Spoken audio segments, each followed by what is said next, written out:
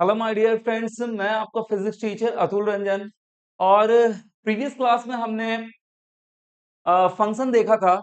और in this class, in this lecture I will discuss coordinate geometry. Coordinate geometry में मैंने discuss किया, basically हम लोग क्या डिस्कस करेंगे कोऑर्डिनेट ज्योमेट्री में? Straight line, then after circle, और then after parabola. Little bit function में याद होगा, जब प्रीवियस लेक्चर आपने देखा होगा तो लिटिल बिट याद होगा कि स्ट्रेट लाइन किस तरीके के फंक्शन को कहते हैं। स्ट्रेट लाइन किस तरीके के फंक्शन को कहते हैं माय डियर? स्ट्रेट लाइन किस तरीके के फंक्शन को कहते हैं? y is equal to A x plus B. But coordinate geometry में या इन जनरलाइज्ड, या मैंने कहा था कि स्ट्रेट लाइन उसे कहते हैं जब x का मैक्सिमम पावर क्या हो जाए, 1 हो जाए, जिसे क्या कहते हैं? लीनियर फंक्शन इन x भी कहते हैं, या कह सकते हैं y linearly varies with x, इस तरीके से भी कह सकते हैं। याद होगा आपको, यहाँ y as a function of x है। बट इन कोऑर्डिनेट ज्योमेट्री और इन जनरलाइज्ड, जो डिनोट किया जाता है वो क्या डिनोट किया जाता है? y is equal to M X plus C. Will deal कि यहाँ पे m, इस इक्वेशन में m क्या है और c क्या है। Don't worry, I will deal. ठीक है। उसके बाद मैंने कहा था कि स्ट्रेट लाइन के बाद हम लोग डिस्कस करेंगे पूरा स्ट्रेट लाइन प्रॉपर डिस्कस करने के बाद, जितना अगेन जितना यूटिलाइज है आपके किस में, जितना यूटिलाइज है आपके फिजिक्स में, उससे अधिक मैं डील नहीं करने वाला। स्ट्रेट लाइन वेक्टर, ठीक है। इस स्ट्रेट लाइन के बाद वेक्टर स्टार्ट करेंगे। वेक्टर पूरा पूरा वेक्टर तो ऑब्वियस जितना फिजिक्स में है उतना हम पढ़ेंगे ही, और फॉर कॉम्पिटिटिव पर्पस से भी उस लेवल तक ले जाएंगे वेक्टर को हम, ठीक है ना। देन आफ्टर उसके बाद फिर से हम लोग कोऑर्डिनेट ज्योमेट्री में आएंगे और we will discuss circle and parabola. Parabola याद होगा, पैराबोला कैसा फंक्शन है? पैराबोला कुछ इस तरीके से फंक्शन है, y is equal to X square plus B X plus C. Parabola क्या होता है? जहां पे x का मैक्सिमम पावर 2 होता है, दिस इज कॉल्ड पैराबोला। ठीक है, स्टैंडर्ड पैराबोला के भी बारे में पढ़ेंगे जब हम लोग पैराबोला पढ़ेंगे, डोंट वरी। ठीक है, चलिए आगे बढ़ते हैं हम लोग। अब सबसे पहली बात ये आती है माय डियर फ्रेंड्स कि कोऑर्डिनेट ज्योमेट्री यूज क्यों करते हैं? Why we will utilize the coordinate geometry. ये तो सबसे पहले भी बात जानने वाली है ना कि कोऑर्डिनेट ज्योमेट्री हम यूज क्यों करते हैं। तो आइए देखते हैं कि कोऑर्डिनेट ज्योमेट्री क्यों यूज करते हैं। तो सबसे पहला पॉइंट देखिए, मैं यहाँ पे बोलता जाऊंगा और आप पॉज करके लिखते जाओगे। मे बी की देखिए होता क्या है कि मे बी की हैंड राइटिंग समझने में दिक्कत हो, इसीलिए मैं आपके कन्वीनियंस के लिए पढ़ूंगा और उसके साथ डील करता जाऊंगा, आप पॉज करके लिखते जाना, ठीक है। It's okay my dear friend. चलिए स्टार्ट करते हैं हम लोग। सबसे पहले कोऑर्डिनेट ज्योमेट्री या कोऑर्डिनेट सिस्टम हम यूटिलाइज क्यों करते हैं? तो देखिए ध्यान से, ये सबसे पहले जो हम कोऑर्डिनेट ज्योमेट्री और कोऑर्डिनेट सिस्टम जो यूटिलाइज करते हैं, that is because of to specify the position of a point. To specify the position of a point, किसी भी पॉइंट का पोजीशन फाइंड आउट करने के लिए या स्पेसिफाई करने के लिए। अब देखिए मैथमेटिक्स में पॉइंट है माय डियर, ध्यान से सुनिएगा। मैथमेटिक्स में पॉइंट है, क्योंकि मैथमेटिकल टूल्स पढ़ रहे हैं। यही फिजिक्स में आओगे तो क्या हो जाएगा? Position of a particle. यहाँ पे क्या हो जाएगा? Position of a body, position of a particle. जैसे मोशन में पढ़ रहे हो तो मोशन में भाई किसी बॉडी का पोजीशन क्या है, वहां से उसकी इनिशियल वेलोसिटी ये है, फाइनल वेलोसिटी ये है, जो भी आपको फाइंड आउट करना रहेगा उसका एक्सेलरेशन ये है। तो पोजीशन जहां आपका फिजिक्स आएगा वहां पे हम बात करेंगे किसका? Position of a particle, position of a body. लेकिन मैथमेटिक्स है तो सिंपली क्या कह रहे हैं? पोजीशन ऑफ अ पॉइंट की बात हम कर रहे हैं, ठीक है। to specify the position of a point in a space। Space का मतलब, अब स्पेस मत सोच लेना कि धरती के एटमॉस्फेयर से बाहर उसको स्पेस कहते हैं। स्पेस का मतलब सिंपली हवा में, ठीक है ना। हवा में अगर किसी भी इस आपका जो जिस रूम में आप बैठ के ये लेक्चर देख रहे हो, उसी रूम में कोई भी point with in the volume of the with in the volume of और योर रूम, कोई भी पॉइंट एक मेंशन कर लो, वो क्या कहलाएगा? स्पेस कहलाएगा। और उस स्पेस में उस पोजीशन को हम डिनोट करते हैं कोऑर्डिनेट सिस्टम के थ्रू ही, ठीक है ना। चलिए मेरे हिसाब से इतना क्लियर हो गया होगा। चलिए आगे बढ़ते हैं। सेकंड, कोऑर्डिनेट ज्योमेट्री का सबसे मेन यूज है to specify the position of the point in the space, ठीक है। वी यूज कोऑर्डिनेट सिस्टम और कोऑर्डिनेट ज्योमेट्री, ठीक है ना। Coordinate system consist of mainly, coordinate system कोई भी किसी तरीके का कोऑर्डिनेट सिस्टम मेनली क्या क्या कंटेन करता है? मेनली आपका जो कंटेन करता है, कंसिस्ट ऑफ क्या रखता है? एक ओरिजिन रखता है। ओरिजिन के बारे में ऑलरेडी ट्रिग्नोमेट्री में ही बता चुका हूं कि ये क्या होता है भाई मेरे? रेफरेंस पॉइंट होता है, ठीक है। रेफरेंस पॉइंट होता है जहां से सारे मेजरमेंट एक्स वाई जेड में हम लेते हैं। कहां? एक्स वाई जेड में हम मेजरमेंट लेते हैं। ठीक है, रेफरेंस पॉइंट। ठीक है, एक जनरल बात कहूं मैं तो किसी भी शहर का आप रेफरेंस पॉइंट किसे बना सकते हो? स्टेशन या बस स्टॉप को बना सकते हो। किसी भी शहर में आप रेफरेंस पॉइंट, या तो आप इटसेल्फ, देखिए आपके लिए आपका घर हो जाएगा रेफरेंस पॉइंट। आप सोचोगे कि क्यों ना मैं घर बना दूं रेफरेंस पॉइंट, बिल्कुल आप सही हो, लेकिन ये जो घर होगा आपका वो आपके लिए रेफरेंस पॉइंट होगा, सबके लिए रेफरेंस पॉइंट नहीं होगा। तो एक स्टैंडर्ड रेफरेंस पॉइंट बनाना होता है ना हमें। वो रेफरेंस पॉइंट आप अपने स्टेशन को दे सकते हो, अपने बस स्टॉप को दे सकते हो, और किसी को भी आप बताओगे कि स्टेशन से आप ऐसे जाइए, ऐसे जाइए, ऐसे जाइए, सारा मेजरमेंट आप स्टेशन से कर सकते हो। इवन नॉट ओनली यू, आपके शहर के कोई भी इंसान क्या कर सकते हैं, आपका उस स्टेशन को रेफरेंस पॉइंट मानते हुए कहीं का भी पोजीशन बता सकते हैं। ठीक है, तो मैंने यही कहा ओरिजिन ये रेफरेंस पॉइंट है। ठीक है, उसके बाद क्या कंसिस्ट करता है? एक्सिस और एक्सिस। देखिए, एक सिंगल एक्सिस है तो एक्सिस कहते हैं, एक से ज्यादा एक्सिस है तो एक्सिस कहते हैं। मेरे हिसाब से ये बात क्लियर होगी आपको। ठीक है ना? एक्सिस के बारे में भी बता चुका हूं कि ये क्या होता है, फिक्स्ड और रेफरेंस लाइन होता है। ठीक है ना? इन स्पेसिफिक और fixed direction which always pass through. अगर सिंगल है तो पास लिखाएगा, सॉरी, एक से ज्यादा है तो पास लिखाएगा, एक है तो पासेस लिखाएगा। पास और पासेस थ्रू द ओरिजिन, जो कि किससे पास करता है? ओरिजिन से पास करता है। ट्रिग्नोमेट्री में ऑलरेडी डिस्कस कर चुका हूं। फिक्स्ड लाइन और reference line in a specific or fixed direction which always passes through the or pass through the origin। ठीक है, चलिए, अब कितने तरीके के कोऑर्डिनेट सिस्टम होते हैं? बेसिकली हमें दो तरीके के, देखिए 2D अगर पढ़ रहे हैं, 2D पढ़ रहे हैं तो दो तरीके का कोऑर्डिनेट सिस्टम मेनली हम लोगों को पढ़ना होता है। एक रेक्टेंगुलर, या रेक्टेंगुलर को ही कार्टेशियन कोऑर्डिनेट सिस्टम कहते हैं, और दूसरा हमें पढ़ना होता है पोलर कोऑर्डिनेट सिस्टम। लेकिन माय डियर, जब आप कहां पे जाओगे, जब आप इंजीनियरिंग में जाओगे, जब हायर स्टडी में जाओगे, चाहे कुछ भी, तो इस तरीके से वहां पे आपको 3D के लिए पढ़ना होगा। और 3D के लिए फर्दर आपका कौन कौन सा कोऑर्डिनेट सिस्टम हो जाता है? रेक्टेंगुलर कोऑर्डिनेट सिस्टम या कार्टेशियन कोऑर्डिनेट सिस्टम तो वहां भी होगा 3D में, लेकिन वही किस में बदल जाएगा? पोलर कोऑर्डिनेट सिस्टम आपका दो अलग अलग कोऑर्डिनेट सिस्टम में बदल जाते हैं। That one is called as a cylindrical coordinate system and spherical coordinate system. लेकिन टेंशन मत लीजिए माय डियर, मैं इतना डिस्कस करने वाला नहीं हूं। 3D के लिए सिलिंड्रिकल और spherical coordinate system I am not going to deal here. हमें कहां तक रुकना है? पहला, कार्टेशियन कोऑर्डिनेट सिस्टम बहुत अच्छे से पढ़ना है, और दूसरा हमें क्या पढ़ना है? थोड़ा बहुत पोलर कोऑर्डिनेट सिस्टम के, वो भी थोड़ा बहुत आप समझ जाओगे कि पोलर कोऑर्डिनेट सिस्टम बस इसलिए पढ़ाऊंगा कि लिटिल बिट वेक्टर में हमारा क्या हो सके, वेक्टर का शुरुआत, वेक्टर का इनिशिएशन पोलर कोऑर्डिनेट सिस्टम से हो जाएगा माय डियर। बस आपको रियलाइज होगा कि हाँ, हम वेक्टर में पहुंचने वाले हैं। ठीक है, इसलिए पोलर कोऑर्डिनेट सिस्टम बताऊंगा। ठीक है, तो हमें मेन फोकस रखना है कार्टेशियन कोऑर्डिनेट सिस्टम पे, और कहां पे? पोलर कोऑर्डिनेट सिस्टम पे। तो रेक्टेंगुलर कोऑर्डिनेट सिस्टम, अब बात आई रेक्टेंगुलर कोऑर्डिनेट सिस्टम की माय डियर। रेक्टेंगुलर या कार्टेशियन, इसे रेक्टेंगुलर क्यों कहते हैं ये समझेंगे। रेक्टेंगुलर कम कहने का मतलब क्या, we will try to understand. देखिए, रेक्टेंगुलर कहने का मतलब क्या? रेक्टेंगल का मतलब आप सभी लोग जानते हो। रेक्टेंगल का कहने का मतलब आप सभी लोग जानते हो, दिस इज द रेक्टेंगल। और रेक्टेंगल का आप जानते हो कि सारे साइड्स एक दूसरे पे क्या होते हैं? सारे साइड्स एक दूसरे पे परपेंडिकुलर होते हैं।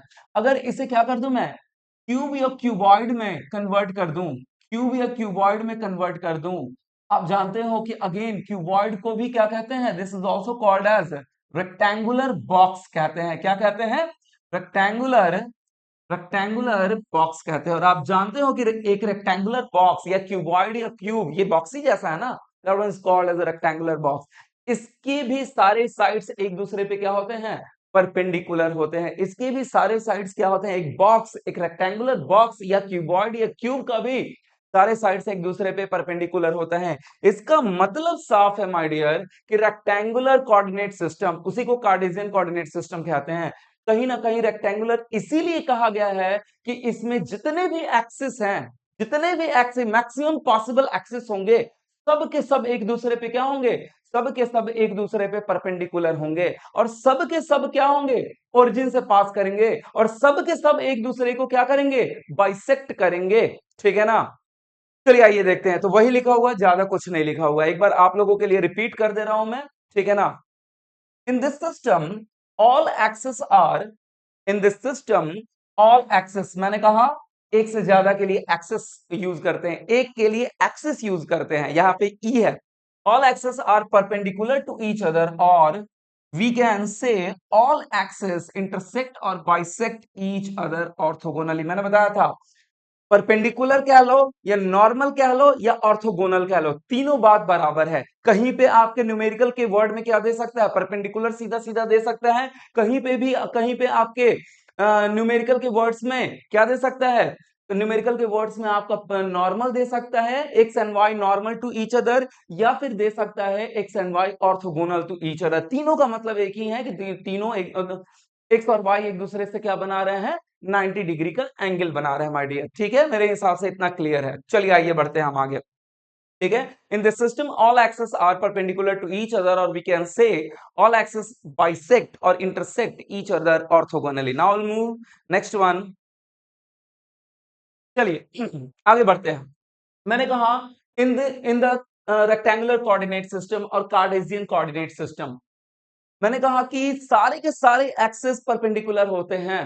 तो मैक्सिमम इसमें मैक्सिमम पॉसिबल एक्सेस कितने हो सकते हैं, maximum possible axes my dear तीन हो सकते हैं। तीन ही ऐसे एक्सेस मिलेंगे, तीन ही ऐसे लाइन मिल सकते हैं रेक्टेंगुलर कोऑर्डिनेट सिस्टम में, जो तीनों एक दूसरे पे क्या हो, परपेंडिकुलर हो। तीनों एक दूसरे पे परपेंडिकुलर है रेक्टेंगुलर कोऑर्डिनेट सिस्टम में। अगेन मैं रिपीट कर दे रहा हूं माय डियर, तीन ही ऐसे एक्सेस मिल सकते हैं जो एक दूसरे पे क्या हो, जो एक दूसरे पे परपेंडिकुलर हो, लाइक दिस। देखिए ये एक उंगली एक एक्सेस, ये दूसरा उंगली एक्स एक्सेस, सॉरी दूसरा एक्सेस, और ये एक तीसरा एक्सेस। ठीक है ना, तीनों एक दूसरे पे क्या है, परपेंडिकुलर है। कुछ इस तरीके से भी देखिए, आप किसी भी अपने रूम में, जिस रूम में बैठ के आप लेक्चर देख रहे हो, पहली बात विजुअलाइजेशन के लिए मैं यहां बता सकता हूं, don't worry.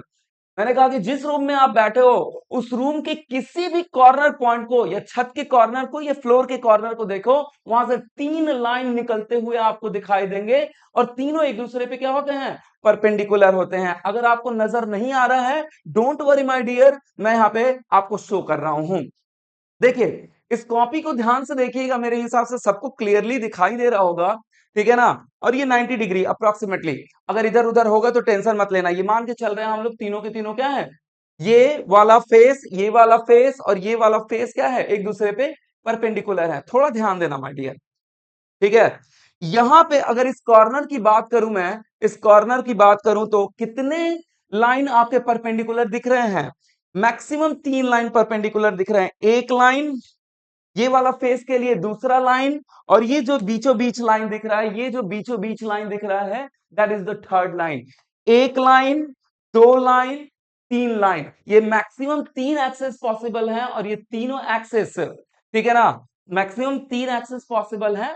Are you getting my point, और ये तीनों एक्सेस एक दूसरे पे परपेंडिकुलर होते हैं। ठीक है, जिनका जनरली नाम दिया जाता है एक्स वाई एंड जेड, जिनका तीनों एक्सिस का जनरली नाम दिया जाता है एक्स वाई एंड जेड। ठीक है, एक्स वाई के बारे में तो ऑलरेडी बता चुका था, यहाँ पे एक नया मिल गया जेड। चलिए आइए देखते हैं। तो वही लिखा हुआ है, ज्यादा कुछ नहीं है। Will discuss here in this coordinate system maximum of three axes are taken into consideration and all are passes through, all passes through, sorry, all pass through, all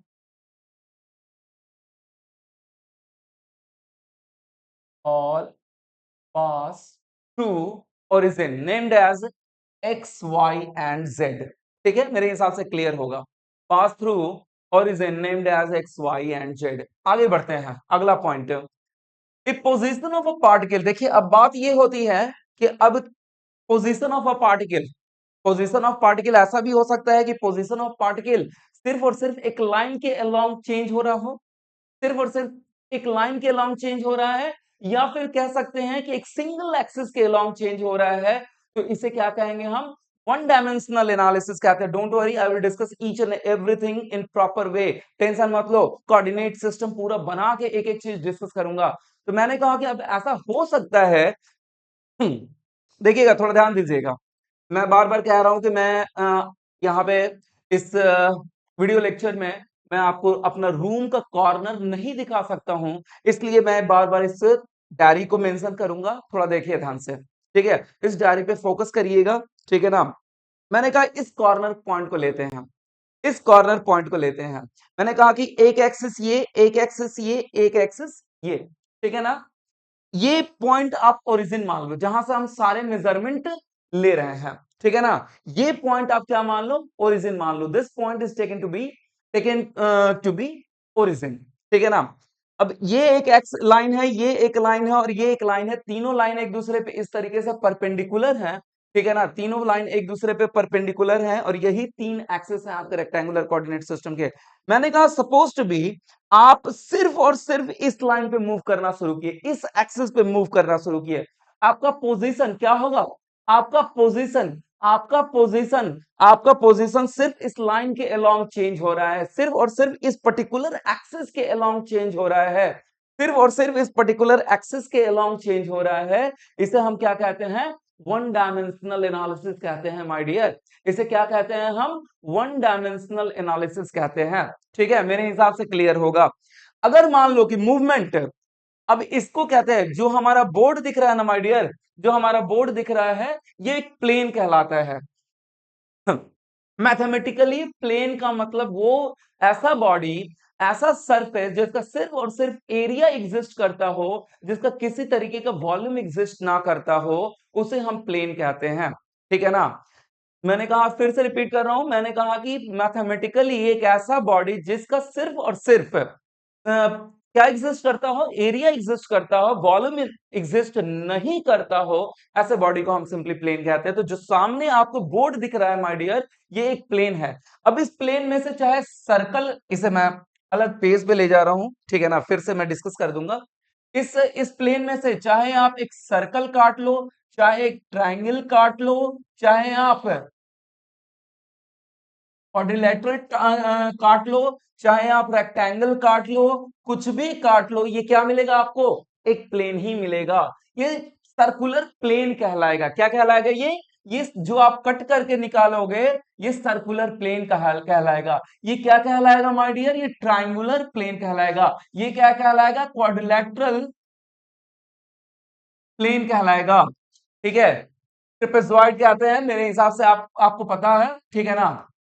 trapezium कहते हैं, ट्रेपेजियम, तो ट्रेपेजियम प्लेन कहलाएगा और rectangular plane कहलाएगा। मेरे हिसाब से ये बात क्लियर होगा। इन सब का सिर्फ क्या एग्जिस्ट, एक सर्कल के लिए माय डियर कभी भी आप वॉल्यूम नहीं पढ़े होगे, एक सर्कल के लिए कभी भी वॉल्यूम नहीं पढ़े होगे, एक सर्कल के लिए सिर्फ और सिर्फ एरिया पढ़े होगे, which is pi r square. लेकिन स्फीयर के लिए, आप स्फीयर के लिए ध्यान से सुनना, आप स्फीयर के लिए एक गेंद जो देख रहे हो, उसके लिए वॉल्यूम पढ़ते हो आप 4/3 पाई आर क्यू। थोड़ा सा अपने दिमाग पे स्ट्रेस डालिए, ठीक है? याद करिए चीजों को। सर्कल के लिए सिर्फ एरिया पढ़ा जाता है, ट्राइंगल के लिए भी एरिया पढ़ा जाता है, इसके लिए भी एरिया पढ़ा जाता है और इसके लिए भी एरिया पढ़ा जाता है माय डियर। लेकिन यहीं पे क्यूबॉइड हो जाए तो क्यूबॉइड के लिए वॉल्यूम भी पढ़ा जाता है my dear. Try to understand. तो वही मैंने कहा, एक ऐसा बॉडी जिसका सिर्फ और सिर्फ एरिया एग्जिस्ट करे, जिसका किसी तरीके का वॉल्यूम एग्जिस्ट ना करे, that is called as a plane. Plane is always a 2D body. क्या होता है ये? Always 2D body. इसको डिनोट करने के लिए, एक प्लेन को डिनोट करने के लिए हमें क्या चाहिए? टू परपेंडिकुलर एक्सिस चाहिए। एक प्लेन को डिनोट करने के लिए टू परपेंडिकुलर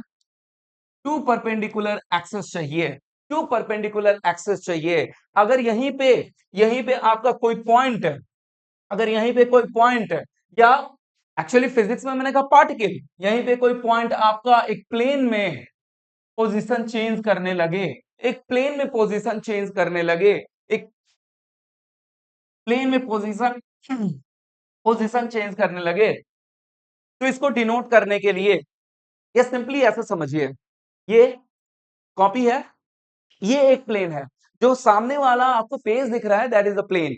अगर मैं कहूं यहां पे किसी भी पर्टिकुलर पॉइंट पे, I have no pen in this room, sorry, ठीक है, इसलिए देखिए ध्यान से, अगर यहाँ पे एक पॉइंट मेंशन करूं, यहाँ पे अगर एक पॉइंट मेंशन करूं, यहाँ पे एक पॉइंट मेंशन करूं, तो इस ओरिजिन से यहां तक पहुंचने के लिए हमें इस एक्सिस पे भी चलना होगा और इस एक्सिस के अलोंग भी चलना होगा, इस एक्सिस पे भी चलना होगा और इस एक्सिस के अलोंग भी चलना होगा, तब जाके यहाँ पे पहुंचोगे आप, तब जाके यहाँ पे पहुंचोगे माय डियर, तब जाके पहुंचोगे। क्लियर है?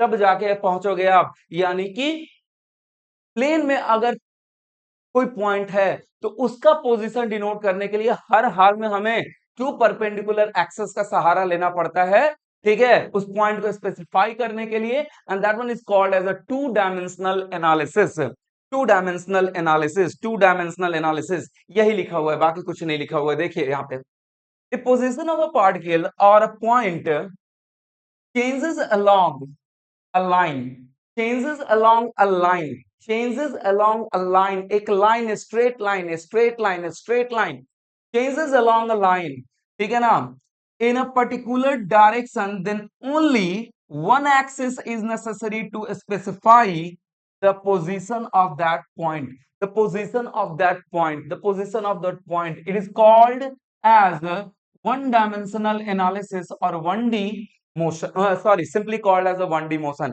डोंट वरी, ये क्यों पढ़ा रहा हूं मैं, दैट इज ओनली बिकॉज कि just rest and motion start करेंगे आप पढ़ोगे क्या, 1D मोशन, 2D मोशन, और लगभग जितने भी फिजिक्स में चैप्टर हैं वेक्टर से रिलेटेड होगा वो लगभग उसमें 1D और 2D आना ही आना है माय डियर, इसलिए ये बहुत जरूरी है समझना।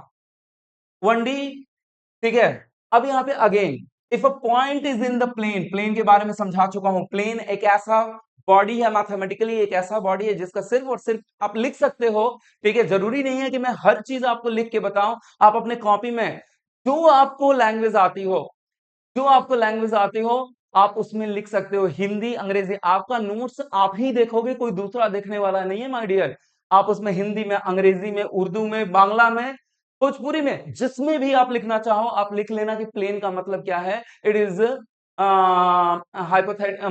Mathematical body which having only area, there will be no any existence of volume, ऐसा लिख सकते हो, कोई दिक्कत नहीं है। It is a 2D body, plane is a 2D body for which to denote a plane we need two perpendicular axis system, two perpendicular axis system, ठीक है ना।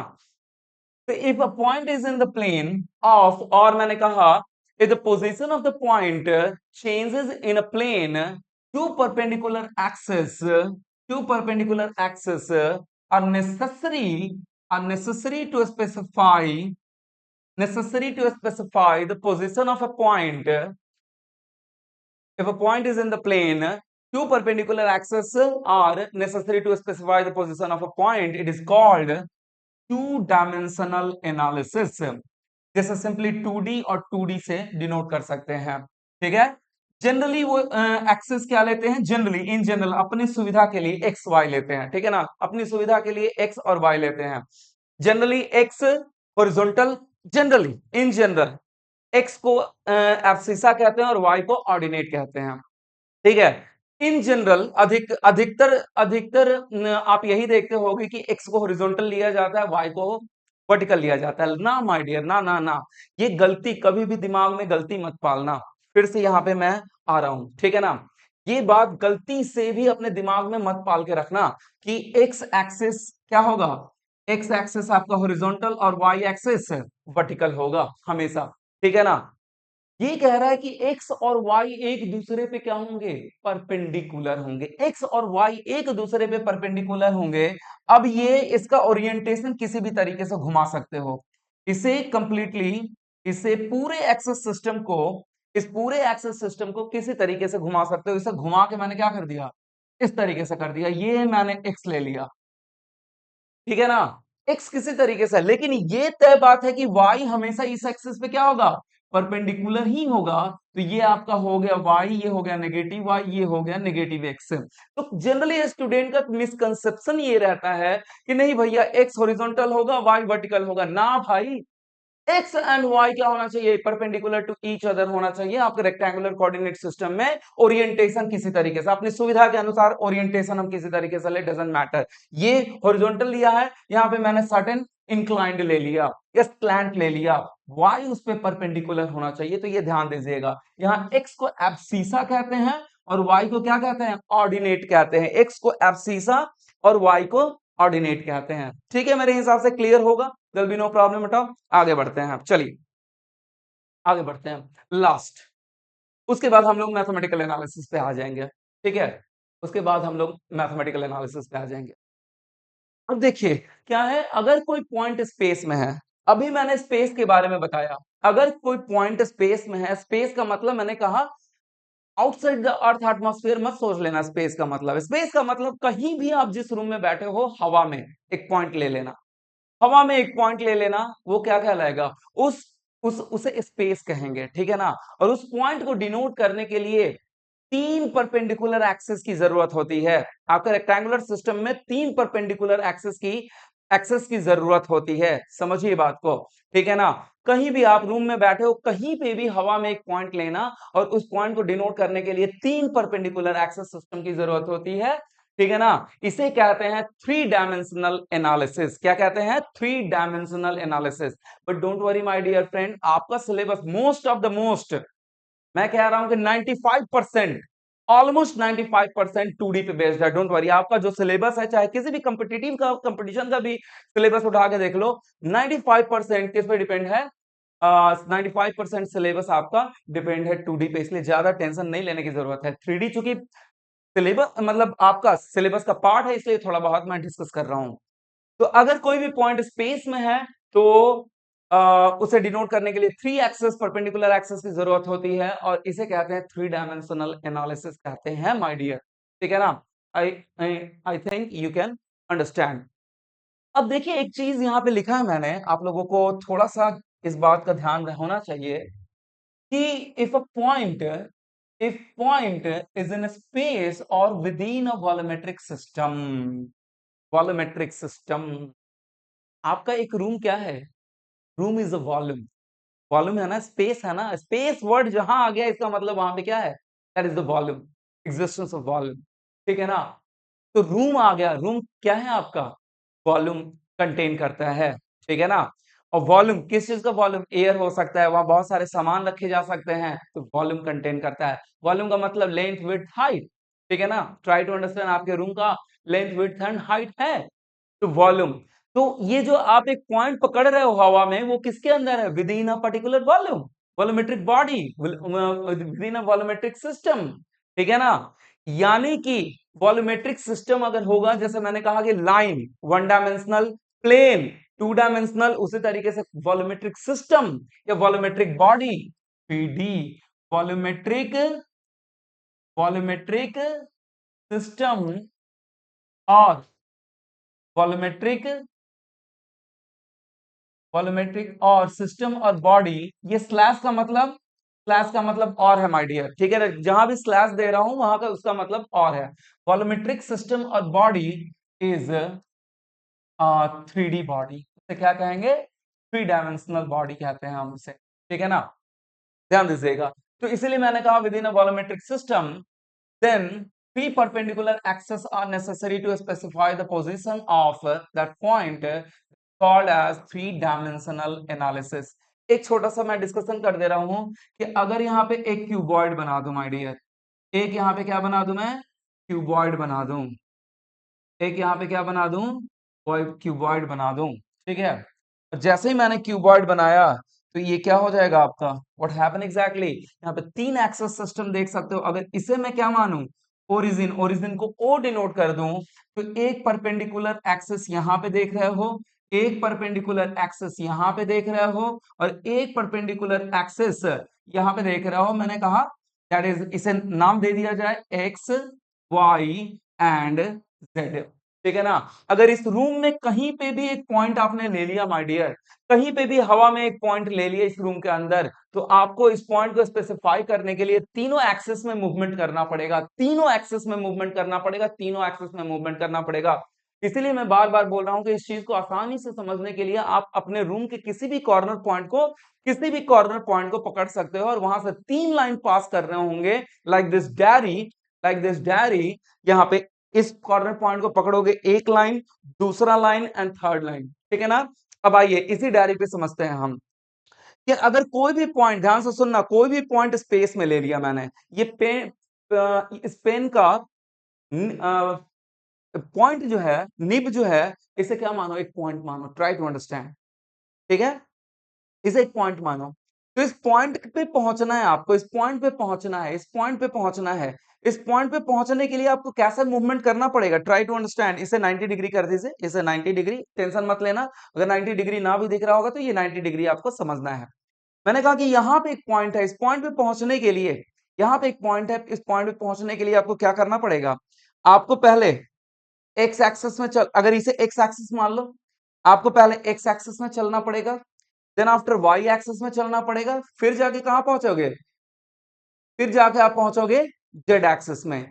पहले आप एक्स एक्सिस में चलोगे, वाई एक्सिस में चलोगे, तब जाके जेड एक्सिस में चलोगे। और इस origin, this is origin, origin से उसको डायरेक्टली आप मिला सकते हो, उस ओरिजिन से डायरेक्टली आप उस पॉइंट को मिला सकते हो। तो उसका कोऑर्डिनेट क्या हो जाएगा, एक्स वाई जेड से डिनोट करते हैं, उसका कोऑर्डिनेट कैसे डिनोट करते हैं, एक्स वाई जेड से। मेरे हिसाब से क्लियर होगा, it is not a big deal, ठीक है ना, it is not a big deal, try to understand, I hope there will be no problem. अब चलते हैं हम लोग रेक्टेंगुलर कोऑर्डिनेट सिस्टम को मैथमेटिकल एनालिसिस अब थोड़ा करना शुरू करते हैं, आइए देखते हैं, विल सी। बहुत हुआ थ्योरेटिकल पॉइंट, बहुत डिस्कशन हो गया, अब आइए देख, पहले हम सिर्फ और सिर्फ टू डायमेंशन पे चलेंगे। टू डायमेंशन से थ्री डायमेंशन पे मूव करना इजी होता है, थ्री डायमेंशन के बारे में थोड़ा बहुत डिस्कस कर दिया। अब मेनली हम लोग 2D पे चलेंगे, जहां 3D का नीड होगा उसके अकॉर्डिंग हम यूटिलाइज करेंगे उसे, ठीक है। चलिए 2D, सिंपली मैं ले रहा हूं x y, negative y, negative x, इसे कहते हैं, ब्लैक कलर से कर दे रहा हूं मैं ताकि आपको समझ में आए, इसे कहते हैं ओरिजिन। ओरिजिन को रेफरेंस पॉइंट कहते हैं, जहां पे एक्स भी आपका जीरो होता है और वाई भी क्या होता है आपका जीरो होता है। रेफरेंस पॉइंट पे एक्स भी जीरो, क्योंकि वहीं से सारा मेजरमेंट स्टार्ट होता है, तो उसे क्या मान लेते हैं, that point is taken to be zero zero. Zero zero कहने का मतलब एक्चुअली कहीं भी पॉइंट जो डिनोट होता है वो 2D में एक्स वाई से डिनोट होता है। तो इस रेफरेंस पॉइंट पे आपका एक्स भी जीरो है और वाई भी क्या है, जीरो है। कहीं पे भी 2D में जो पॉइंट डिनोट होता है, पॉइंट पॉइंट का पोजीशन जो डिनोट होता है उसे लिखते कैसे हैं, एक्स कॉमा वाई ब्रैकेट में, ठीक है ना। तो एक्स यहाँ पे क्या है, ओरिजिन, ओरिजिन पे जीरो है, और वाई भी ओरिजिन पे क्या है, जीरो है, दोनों जीरो है, ठीक है। इस वाई लाइन के राइट हैंड साइड मूव करेंगे तो एक्स क्या मिलेगा हमें, थ्रू आउट पॉजिटिव मिलेगा, एक्स क्या मिलेगा, एक्स पॉजिटिव मिलेगा throughout. X is equal to positive, positive का मतलब क्या, पॉजिटिव का मतलब जीरो या जीरो से ग्रेटर वैल्यू, ठीक है, जीरो से ग्रेटर वैल्यू ही ले लो, ठीक है ना, जीरो से ग्रेटर वैल्यू। अगर इस लाइन, परपेंडिकुलर लाइन के लेफ्ट साइड हम देखें तो x थ्रू आउट क्या मिलेगा, नेगेटिव, नेगेटिव का मतलब x लेस देन जीरो, और ओरिजिन पे x क्या मिलेगा, ओरिजिन पे x is equal to zero मिलेगा, ठीक है। अगर इस हॉरिजॉन्टल लाइन से ऊपर जाएं, हॉरिजॉन्टल लाइन से ऊपर जाएं तो y हमारा पॉजिटिव मिलेगा, यानी y is greater than zero, और इस हॉरिजॉन्टल से लाइन से नीचे आए तो y हमारा नेगेटिव मिलेगा, यानी y less than zero. Again मैंने कहा फर्स्ट सेकंड थर्ड फोर्थ, चार क्वाड्रेंट यहां भी दिख रहा है।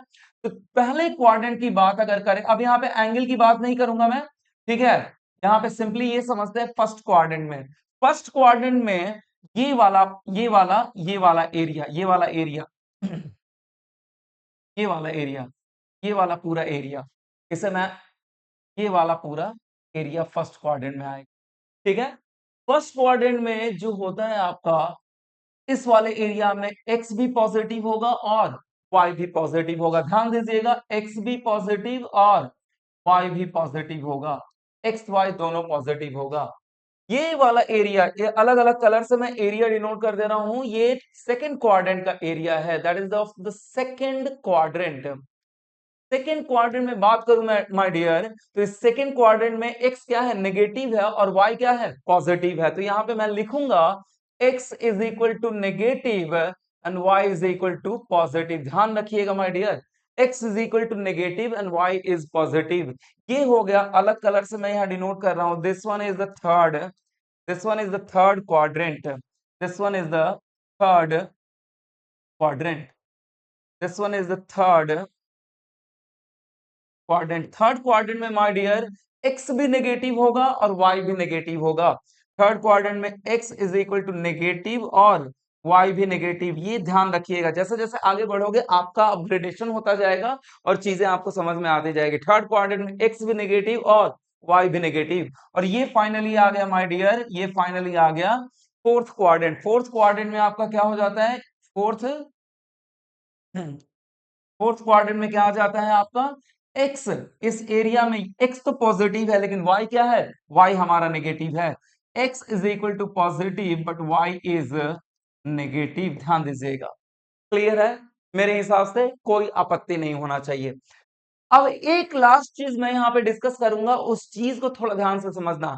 फर्स्ट क्वाड्रेंट में x positive y positive, second quadrant में x negative y positive, third quadrant में x negative y negative, fourth quadrant में x पॉजिटिव y नेगेटिव। ठीक है, चलिए एक छोटा सा चीज और डिस्कस करूंगा और उसके बाद फिर हम लोग पॉइंट को डिनोट करेंगे। मैंने कहा कि अगर ओरिजिन से चले हम लोग x एक्सिस की तरफ, x क्या है अभी 0 है और y क्या है 0 है। ठीक है, सिर्फ और सिर्फ x एक्सिस में मूवमेंट कर रहे हैं, सिर्फ और सिर्फ एक्स एक्सिस में मूवमेंट कर रहे हैं, सिर्फ और सिर्फ एक्स एक्सिस में मूवमेंट कर रहा हूं मैं। पहले मैं यहां था, पहले मैं यहां था, फिर यहां पे आ गया, फिर यहां पे आ गया, फिर यहां पे आ गया, फिर यहां पे आ गया। ठीक है, इस तरीके से मैं सिर्फ और सिर्फ एक्स एक्सिस में मूव कर रहा हूं। इसका मतलब क्या, एक्स आपका 0 हो सकता है, 0 के बाद 1 हुआ, एक्स आपका 2 हुआ, 3 हुआ, 4 हुआ, 5 हुआ, 6 हुआ, 7 हुआ। एक्स आपका चेंज हो रहा है, लेकिन एक्स एक्सिस, सिर्फ और सिर्फ एक्स एक्सिस में मूव कर रहे हो तो थोड़ा ध्यान से दो, हम वाई एक्सिस में तो मूव कर नहीं रहे हैं, सिर्फ और सिर्फ एक्स एक्सिस में मूवमेंट कर रहे हैं, वाई एक्सिस में तो मूवमेंट कर नहीं रहे हैं। जो वाई एक्सिस में मूवमेंट नहीं हो रहा है तो सिर्फ और सिर्फ हर जगह क्या होगा 1 0, वाई एक्सिस हर जगह 0 ही रह जाएगा। 3 0, 4 0, 5 0, 6 0, 7 0। तो एक्स एक्सिस पे जितने भी पॉइंट मिलेंगे ना, एक्स एक्सिस पे जितने भी पॉइंट मिलेंगे उनके लिए y का वैल्यू 0 रहेगा। एक्स एक्सिस पे जितने पॉइंट मिलेंगे उनका उनके लिए y का वैल्यू क्या होगा 0 मिलेगा। x का पोजीशन सिर्फ चेंज कर रहा है, वन डायमेंशनल याद करिए, y चेंज नहीं हो रहा है। y क्या है आपका 0 था, y में मूवमेंट हो ही नहीं रहा है तो y 0 था, तो थ्रू आउट y क्या रहेगा 0 ही रहेगा। और हर पॉइंट का 1 0, 1 का मतलब x 1 हो गया, y 0 हो गया, 2 का मतलब x 2 हो गया, y 0 ही है, x 3 हो गया, y 0 है। इस तरीके से, इसीलिए माय डियर इस पूरे x एक्सिस पे, इस पूरे x एक्सिस पे, इस पूरे x एक्सिस पे, इस पूरे x एक्सिस पे y क्या रहता है, और x एक्सिस यहां लिख दे रहा हूं, ध्यान रखिएगा। For x axis, for x axis y is equal to 0 throughout. y is y is equal to 0 throughout. ठीक है ना, या x एक्सिस को y इज इक्वल टू 0 का भी लाइन, आगे बढ़ेंगे y is equal to 0 line. x axis को क्या कहते हैं, y is equal to 0 line कहते हैं। क्या कहते हैं, x एक्सिस पे y is equal to 0 line, क्योंकि y ही एक ऐसा चीज है, y ही एक ऐसा चीज है जो थ्रू आउट क्या है, कांस्टेंट है।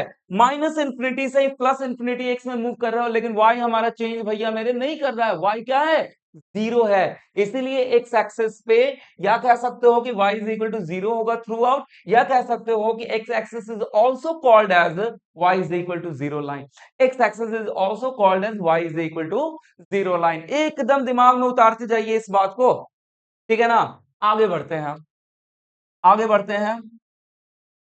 देखिए, अब इस y एक्सिस की बात आ गई। अब y एक्सिस पे अब मैंने क्या किया, थोड़ा ध्यान दीजिएगा। इस 0 0 से, रेफरेंस लाइन से मैं सिर्फ और सिर्फ एक्स एक्सिस में मूवमेंट किसी तरीके का नहीं कर रहा हूं, सिर्फ और सिर्फ वाई एक्सिस में मूवमेंट कर रहा हूं, सिर्फ और सिर्फ वाई एक्सिस में मूवमेंट कर रहा हूं मैं। एक ऐसे समझिए, एक गेंद को सिंपली मैंने उछाल दिया, एक गेंद को मैंने सीधा वर्टिकल डायरेक्शन में उछाल दिया, ठीक है ना, वर्टिकली अपवर्ड डायरेक्शन में मैंने उछाल दिया। अब इसमें क्या हो रहा है, सिर्फ y का वैल्यू चेंज हो रहा है और उसी पोजीशन पे y का वैल्यू चेंज हो रहा है, x का वैल्यू चेंज, x का वैल्यू चेंज नहीं हो रहा है माय डियर। ध्यान दीजिए, दो तरीके से गेंद को उछाल सकते हो। एक तो सर्टेन एंगल पे क्या कर सकते हो, एक सर्टेन एंगल पे फेंक सकते हो, उसमें आपका एक्स वाई दोनों चेंज करेगा। डिस्कस बाद में, ये प्रोजेक्टाइल मोशन है, बाद में प्रॉपर डिस्कशन होगा। एक गेंद को क्या कर सकते हो, एक गेंद को पकड़े और सिंपली वर्टिकली अपवर्ड डायरेक्शन में हम कैच लेते हैं, जनरली प्रैक्टिस करते हैं तो ऊपर उछाल के कैच लेते हैं, ये हम काम करते हैं, ठीक है ना। तो मैंने कहा कि सिंपली वर्टिकली अपवर्ड डायरेक्शन में उछाल दिए, व्हाट हैपन, सिर्फ और सिर्फ वाई एक्सिस चेंज करेगा, सिर्फ और सिर्फ वाई एक्सिस चेंज करेगा, यहाँ पे एक्स एक्सिस चेंज नहीं करेगा। इसका मतलब व्हाट हैपन, सिर्फ और सिर्फ वाई एक्सिस, यहाँ पे गेंद गया, यहाँ पे गेंद गया, यहाँ पे गेंद गया, यहाँ पे गेंद, आपको कंफ्यूजन हो सकता है, यहाँ पे गेंद गया, यहाँ पे गेंद गया, यहाँ पे, यहाँ पे, यहाँ पे, तो गेंद का वाई डायरेक्शन में पोजीशन चेंज हो रहा है। क्या हो सकता है आपका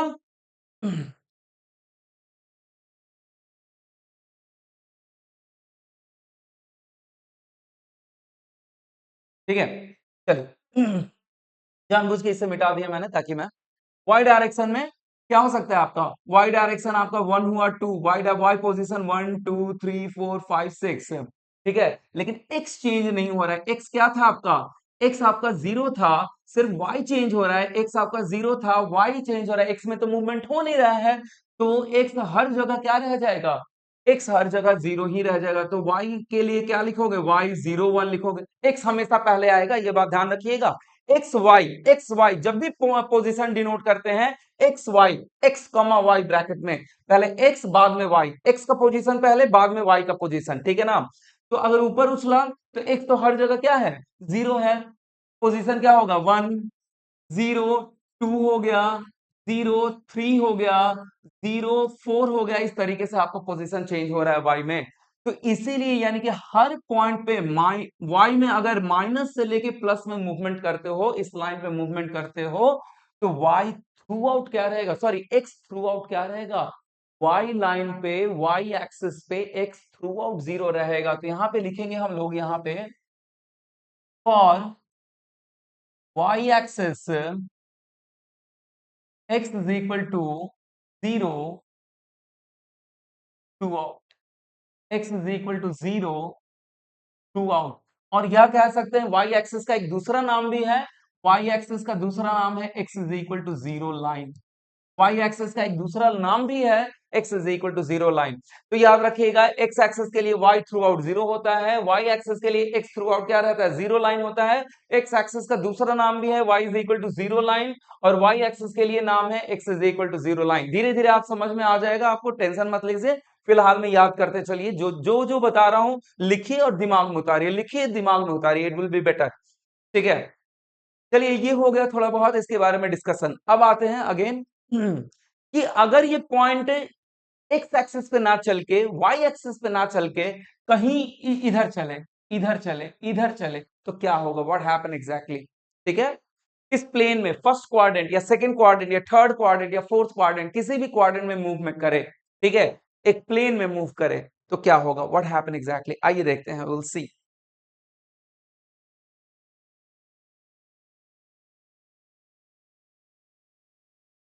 x y, negative y and minus x, ये आपका जीरो, ये आपका 0 0 ओरिजिन, ओरिजिन कहेंगे इसे। और अब आपका पॉइंट क्या है, अब पॉइंट आपका, this is the point P, this is the point P in a plane. अब इस पॉइंट तक पहुंचने के लिए आपको क्या करना होगा, इस पॉइंट तक पहुंचने के लिए पहले आपको एक्स एक्सिस में कुछ दूरी तय करना होगा। एक्स एक्सिस में अभी मैंने आपके लिए बताया कि स्पेस में है।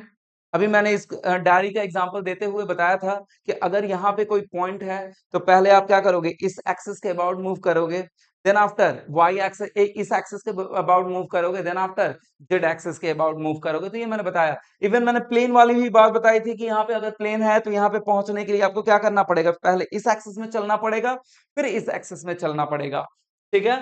तो मैंने कहा कि ओरिजिन से यहां तक पहुंचने के लिए पहले आपको कुछ डिस्टेंस एक्स में चलना पड़ेगा, फिर आपको कुछ डिस्टेंस किस में चलना पड़ेगा, फिर आपको कुछ डिस्टेंस y में चलना पड़ेगा, कुछ डिस्टेंस x में, देन आफ्टर कुछ डिस्टेंस y में चलना पड़ेगा, तब जाके यहाँ पे पहुंच जाओगे। मान लो कि x में आप चल रहे हो 3 और y में चल रहे हो 2, तो यहाँ का जो x में कितना चले 3, x इज इक्वल टू 3 और y इज इक्वल टू 2, तो ये कितना हो जाएगा आपका पोजीशन का नाम एक्स वाई की तरह देते हैं ना, याद करिए हमेशा कैसा दिया जाता है x1 y1, ठीक है ना, x1 y1, तो x1 पहले 3 और y1 आपका 2, मेरे हिसाब से क्लियर होगा। आप सोच रहे होगे कि सर ऐसा भी तो कर सकते हैं, आप चलने की बात कर रहे हो तो x और y में अलग अलग क्यों चले, हम डायरेक्टली यहां से यहां नहीं पहुंच जाएंगे, तो ये भी बताऊंगा माय डियर। ये डायरेक्टली जब यहां से यहां पहुंचोगे, इसे कार्टेशियन और रेक्टेंगुलर कोऑर्डिनेट सिस्टम नहीं कहते, इसे क्या कहेंगे, we will discuss, don't worry. तो मैंने कहा कि ध्यान से सुनिएगा कि आपको याद यहाँ इस पॉइंट तक पहुंचना है, इस पॉइंट तक पहुंचना है, अगर आपको इस पॉइंट तक पहुंचना है, this point, if you want to reach there, then what happen exactly, पहले आपको 3 एक्स एक्सिस में चलना पड़ेगा, फिर 2 वाई एक्सिस के अलोंग चलना पड़ेगा, किसके अलोंग, वाई एक्सिस के अलोंग चलना पड़ेगा, ठीक है ना, वाई एक्सिस के अलोंग चलना पड़ेगा, तो यहाँ का आपका जो पॉइंट मिल जाएगा, दैट पी का कोऑर्डिनेट जो होगा, this is called coordinate, position of a point, position और coordinate, coordinate of a point. मेरे हिसाब से क्लियर हो गया होगा आप लोगों को, ठीक है। अगर यही 2 नहीं चलते और यहां का पोजीशन आपसे पूछा जाए, अगर 2 y में नहीं चलते, यहां का पोजीशन आपसे पूछा जाता तो क्या जवाब देते, y में कुछ चले ही नहीं, जब y में कुछ चले ही नहीं तो यहाँ का पोजीशन जो हो जाता 3-0 हो जाता, y में जब कुछ चले ही नहीं हो, सिर्फ और सिर्फ कहाँ चले हो, x में चले हो, तो इसका पोजीशन 3-0 हो जाता, क्लियर है। चलिए आगे बढ़ते हैं। ऐसा भी हो सकता था, थोड़ा ध्यान दीजिए कि ऐसा भी हो सकता था कि आप सिर्फ यहां से उठ के कहां पे चले जाते, इसके पैरेलली मूव कर जाते, इसके पैरेलली मूव कर जाते वाई एक्सिस के अलोंग, इसके पैरेलली मूव कर जाते वाई एक्सिस के अलोंग, तो यहाँ का पोजीशन क्या हो जाता, आप तो सिर्फ कहां मूव किए, वाई एक्सिस के अलोंग मूव किए ना, वाई एक्सिस के अलोंग मूव किए, ठीक है ना, वाई एक्सिस के अलोंग मूव किए, एक्स एक्सिस में तो मूवमेंट अभी हुआ नहीं है, सिर्फ इसके पैरेलली मूव किया है आपने, तो व्हाट हैपन एग्जैक्टली, ये हो जाएगा आपका एक्स एक्सिस में जब मूवमेंट ही नहीं तो 0, और कितना मूव किए 2, तो इस पॉइंट का पोजीशन क्या हो जाएगा 0 एंड 2। मेरे हिसाब से अभी तक आपका क्लियर हो गया। जो ये रेड कलर आपके मन में आ रहा होगा कि डायरेक्टली ओ से लेके पी तक भी मिला सकते हैं, तो don't worry my dear friend, इसको भी मिला के बताऊंगा, और मैंने कहा कि ये little bit different coordinate system में आ जाता है, ठीक है। कार्टेशियन कोऑर्डिनेट सिस्टम में देना है तो आपको परपेंडिकुलर एक्सिस के अकॉर्डिंग ही चलना पड़ेगा, दिस इज 3 and 2। मेरे हिसाब से इतना दूर तक क्लियर होगा, किसी तरीके की आपत्ति नहीं होगी। अब आइए बढ़ते हैं हम आगे, ठीक है, अब आइए बढ़ते हैं, glimpse of polar coordinate system, glimpse of polar coordinate, glimpse of polar coordinate, मैं यहीं पे बताऊंगा क्योंकि मैंने ये डिनोट कर दिया है, तो it will be better for me that I am discuss here.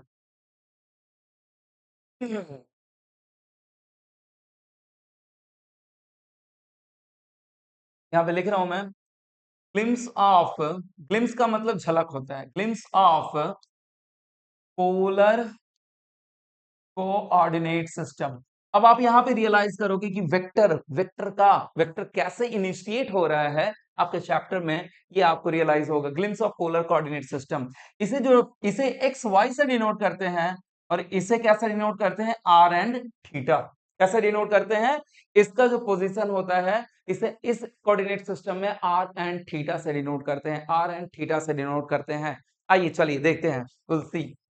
यहाँ पे स्पेस ज्यादा नहीं है, यहाँ पे मैं डिनोट करने की कोशिश कर रहा हूँ, try to understand. X y, negative y, negative x, मैंने कहा कि कहाँ पे चले हम लोग, T2 पे पहुंच गए, T2 पे पहुंच चुके हैं हम लोग, ठीक है। ये ये चलो हम लोग, ये चले हम लोग y में कितना 2, और x में कितना 3, x में कितना चले हो 3 चले हो, और y में कितना चले हो 2 चले हो। आपके मन में आ रहा होगा कि अब सर क्या करूं मैं, यहां से यहां तक जोड़ दूं मैं। एक दूसरा तरीका भी होता है माय डियर कि एक दूसरा तरीका कि डायरेक्टली डायरेक्टली डायरेक्टली इस ओरिजिन से उस पॉइंट पी को क्या कर दूं मैं, जोड़ दूं। और इस लेंथ को ही, ओपी लेंथ को ही क्या कहते हैं, ओपी लेंथ को ही आर कहते हैं। ओपी लेंथ को ही क्या कहते हैं, आर कहते हैं। ओपी लेंथ को ही आर कहते हैं।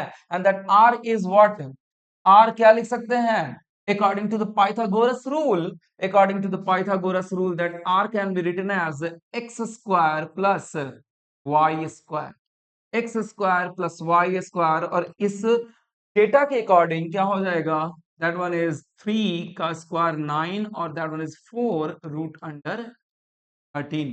तो आर का जो वैल्यू हो जाएगा that is taken to be root 13। अब डायरेक्टली कहां पे पहुंच जाओगे, अब डायरेक्टली यहां पे पहुंच जाओगे। इस O से directly R is equal to root 13 चलोगे, आप कहां पे चले पहुंच जाओगे, आप पहुंच जाओगे P पे पहुंच जाओगे। मेरे हिसाब से किसी को कोई तरह का प्रॉब्लम नहीं होगा। तो देखिए glimpse of polar coordinate system में, पोलर कोऑर्डिनेट सिस्टम में एक R तो आ गया, ठीक है। अब आइए थीटा की बात करते हैं। एक R तो आ गया, अब आइए एक थीटा की बात करते हैं, ठीक है। चलिए, मैंने कहा r is equal to root 13 चाहिए O से लेके P तक पहुंचने के लिए। ध्यान से, एकदम ध्यान से सुनना माय डियर। O से लेके P तक चाहिए, हमें डिस्टेंस कितना चलना होगा, R से लेके root, R is equal to root 13। अगर ये मीटर की बात करो, 3 metre, 2 metre, R is equal to root 13 metre, ठीक है ना। तो मैंने कहा कि रूट 13 मीटर हमें चलना होगा O से लेके P तक पहुंचने के लिए, ठीक है। अब मैं नेक्स्ट पेज पे जाऊंगा, क्योंकि अब नेक्स्ट पेज पे आ गया मैं, ठीक है। नेक्स्ट पेज पे अब मैंने कहा कि थोड़ा ध्यान दीजिएगा प्लीज, ये समझना बहुत ही जरूरी है, समझना बहुत ही जरूरी है। ये समझ गए तो मेरा आधा से अधिक काम हो गया, ठीक है ना। आधा से अधिक काम हो जाएगा स्ट्रेट लाइन में, आधा से अधिक काम हो जाएगा स्ट्रेट लाइन में, ठीक है। इवन वेक्टर का आपको क्या मिल जाएगा यहाँ पे, झलक भी मिल जाएगा, ठीक है ना। अब हमारा पॉइंट है भैया मेरे 3 2। हम अगर O से रूट 13 मीटर पे चले तो कहां पे पहुंच जाएंगे। अगर मैंने कहा, ध्यान से सुनिएगा, हमारा पॉइंट है, पोजीशन है, हमारा पोजीशन है 3 2। हम यहां से चलना प्रारंभ किए, हम यहां यहां से चलना प्रारंभ किए। हम क्या कर सकते हैं, x में 3 और y में 2 चल सकते हैं। x में 3 y में 2 चल सकते हैं, इस पोजीशन पे पहुंच जाएंगे। लेकिन एक इंसान कह रहा है कि इतना क्यों चलोगे, डायगोनली मूव करो ना। तो वो कह रहा है कि रूट 13 मीटर, वो इंसान कह रहा है कि रूट 13 मीटर डायरेक्टली चलोगे तो आप वहां पे पहुंच जाओगे, ठीक है। बहुत अच्छी बात है। अब ये इंसान क्या किया कि रूट 13 तो चला, लेकिन देखिए हमारा स्पेसिफिक डायरेक्शन ये है, हमारा हमारा स्पेसिफिक डायरेक्शन ये है। मैंने कहा लेकिन ये चलना शुरू प्रारंभ कर दिया इस डायरेक्शन में, ये चलना प्रारंभ कर दिया इस डायरेक्शन में। रूट 13 तो चला, ठीक है ना, रूट 13 तो चला,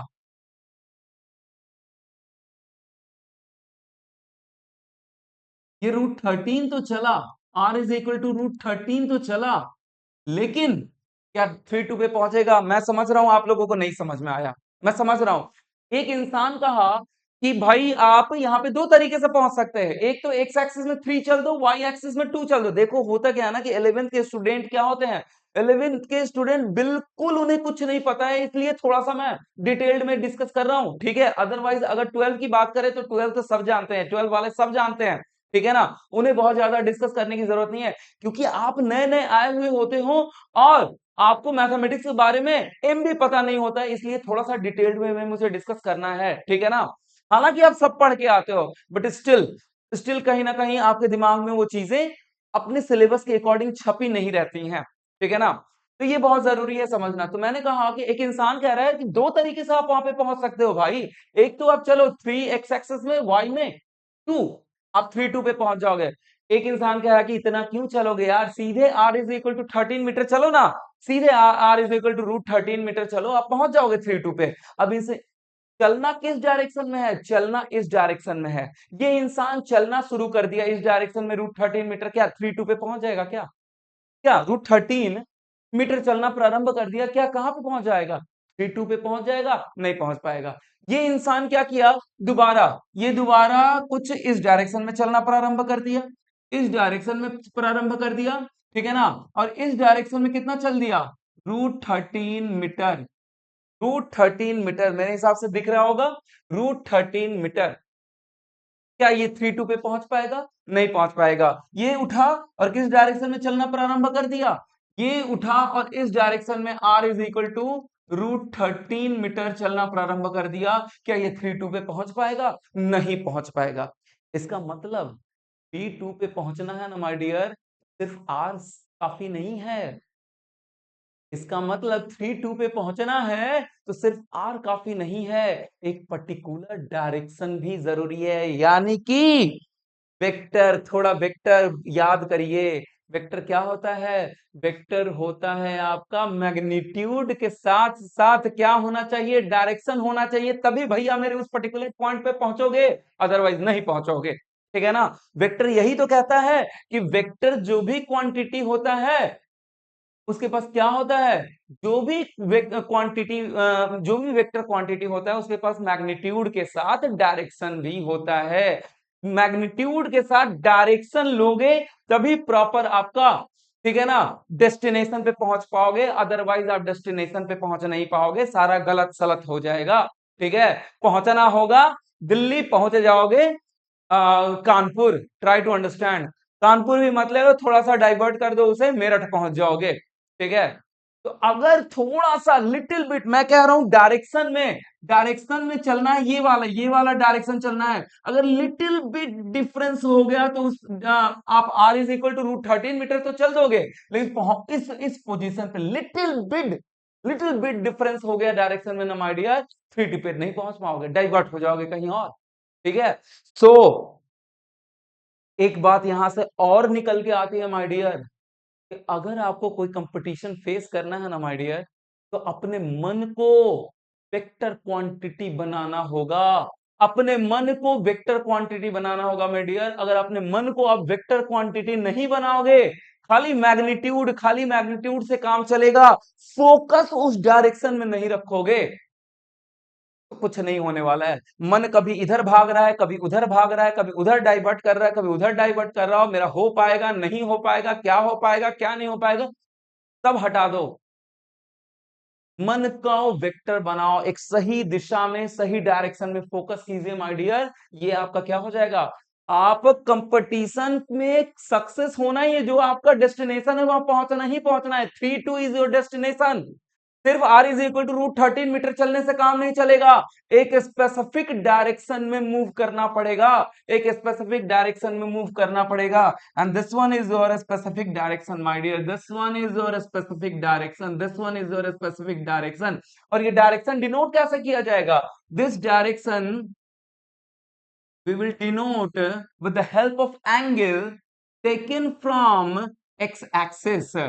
This direction, this direction we will denote with the help of angle, with the help of angle taken from the x-axis.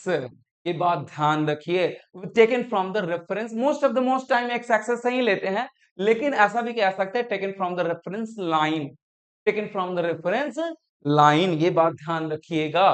तो मैंने कहा कि अगर 3-2 तक पहुंचना है माय डियर ना, तो आपको आपको r इज इक्वल टू √13 चलना भी होगा और एक पर्टिकुलर डायरेक्शन में भी चलना होगा। थीटा, आइए थीटा भी देख लेते हैं यहाँ पे। ठीक है ना? अगर इस तरीके से आपको नहीं भी समझ में आया होगा, कोई दिक्कत नहीं है, आप क्या करो, √13 मीटर का एक सर्कल बना लो, √13 मीटर का एक सर्कल बना लो। अब √13 का r इज इक्वल टू √13, आपको यहां पे पहुंचना है, यही पॉइंट क्या है, 3-2 है सपोज टू बी। ठीक है ना? लेकिन ये √13 तो कहीं भी जा सकता है ना, रूट किसी भी डायरेक्शन में जाओगे आप √13 ही चले, आप √13 ही चले, किसी भी डायरेक्शन में जाओगे √13 ही चलोगे, लेकिन आप 3-2 पे नहीं पहुंच पाएंगे। मैंने कहा कि सिंप्लिसिटी के लिए, सिंपली समझने के लिए आप एक √13 का एक सर्कल बना लो और इस सर्कल पे इस स्पेसिफिक डायरेक्शन में चलोगे, इस सर्कल पे इस स्पेसिफिक डायरेक्शन में चलोगे तो कहां पहुंच पाओगे? 3 2 पे पहुंच पाओगे। लेकिन आप क्या कर रहे हो? √13 कहीं पे भी इस सर्कल में कहीं पे भी मूव कर जाओ रेडियस के अलाउंग √13 ही होगा, √13 ही होगा। तो कहीं भी जा रहे हो, किसी भी डायरेक्शन में जा रहे हो, √13 ही चल रहे हो। लेकिन किसी भी डायरेक्शन में जाने से मतलब ये नहीं है कि आप 3 2 पे पहुंच पाओ, नहीं पहुंच पाओगे जब तक आप स्पेसिफिक स्पेसिफिक एंगल पे which taken from the x axis, अगर इस एंगल पे, ये इसी एंगल को कहते हैं डायरेक्शन, अगर इस डायरेक्शन में नहीं मूवमेंट करते हो तो कभी भी आप उस 3 2 पे नहीं पहुंच पाओगे।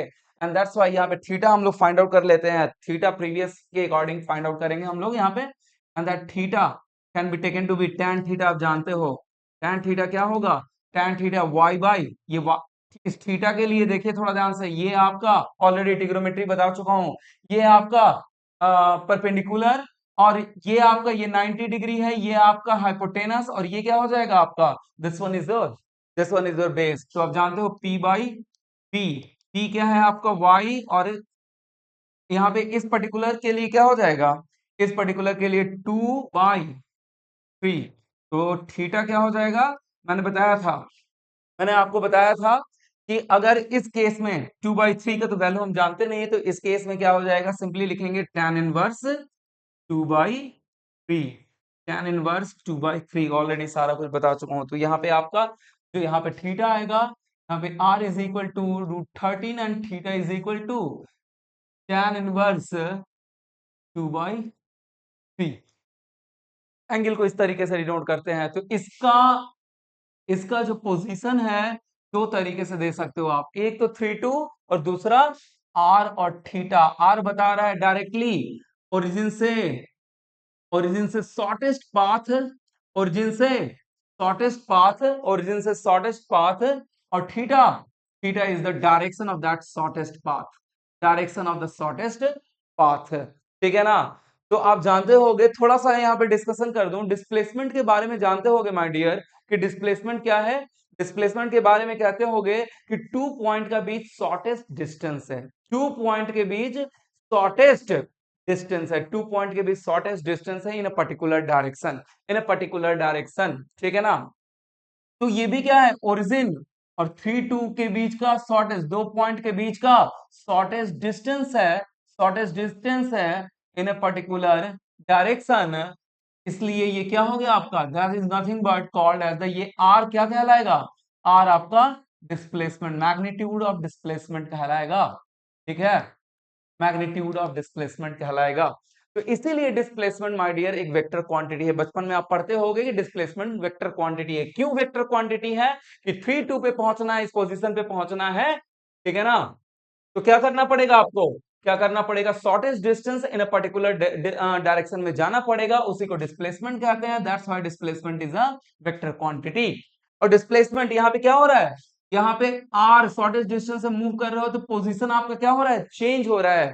तो इसीलिए डिस्प्लेसमेंट को एक और तरीके से डिफाइन करते हैं, the change in position, the rate of change in position is, sorry, the change in position vector is called as the change in position called as the displacement, ठीक है? The change in position is called as the what?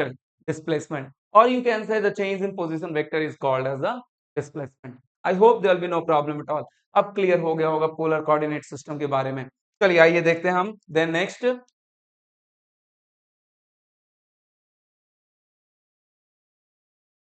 इस are को, इस R Y और x को are और theta के term में लिखना चाहते हैं हम, ठीक है ना? इस, अब यहां पे देखिए, ये आपका पॉइंट है एक्स एंड वाई। अब इन जनरलाइज पॉइंट दे रहा हूं, एक्स वाई, ठीक है? ये है वाई, और ये क्या है आपका एक्स, और ये क्या है आपका वाई, और ये क्या है आपका थीटा। मुझे लिखना है Y in terms of R and theta और X in terms of R and theta. तो आप जानते हो कि क्या लिख सकते हैं?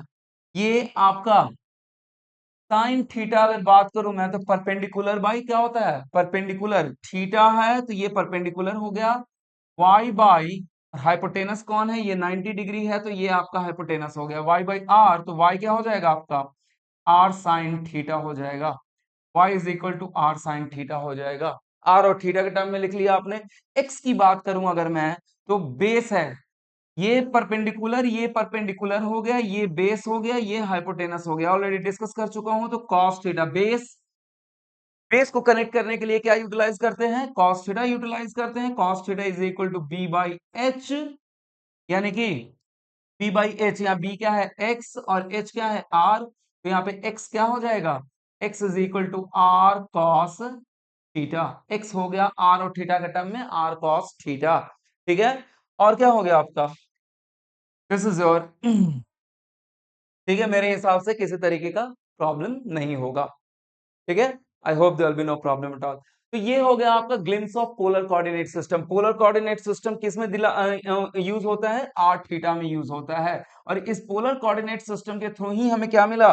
ग्लिम्स ऑफ वेक्टर मिला। वेक्टर का उद्भव कह सकते हो, इनिशिएशन कह सकते हो, यहीं से जनरेट होता हुआ दिख रहा है वेक्टर, कहीं ना कहीं पोलर कोऑर्डिनेट सिस्टम से। कि हमें पहुंचना तो एक पर्टिकुलर पॉइंट पे है, हमें आर ओरिजिन से डायरेक्टली आर डिस्टेंस पे चलना होगा इन अ पर्टिकुलर डायरेक्शन, तभी उस पर्टिकुलर पॉइंट पे पहुंच पाएंगे। इसीलिए, और यहाँ पे पर्टिकुलर पॉइंट पे पहुंचने हैं तो क्या हो रहा है? दो पॉइंट के बीच शॉर्टेस्ट डिस्टेंस, और shortest distance in a particular direction है डिस्प्लेसमेंट कहलाता है। That's why displacement is a vector quantity. और क्या कह सकते हो डिस्प्लेसमेंट को? पोजीशन चेंज हो रहा है, तो change in position is called as the vector, sorry displacement. Change in position is called as the displacement, ये भी कह सकते हो, या change in position vector is called as the displacement. मेरे हिसाब से थोड़ा बहुत मैंने कहा ना, जैसे जैसे हम बढ़ते जाएंगे आप देखोगे कि एक टाइम ऐसा होगा कि सब कुछ समझना प्रारंभ कर दोगे, सब कुछ समझने लगोगे। This is exactly your analysis. आइए अब आगे बढ़ते हैं, नाउ मूव ऑनवर्ड्स। चलिए, थोड़ा ध्यान से देखिए। यहाँ पे देखेंगे हम लोग नेक्स्ट पॉइंट, यहाँ पे नेक्स्ट पॉइंट हम लोग देखेंगे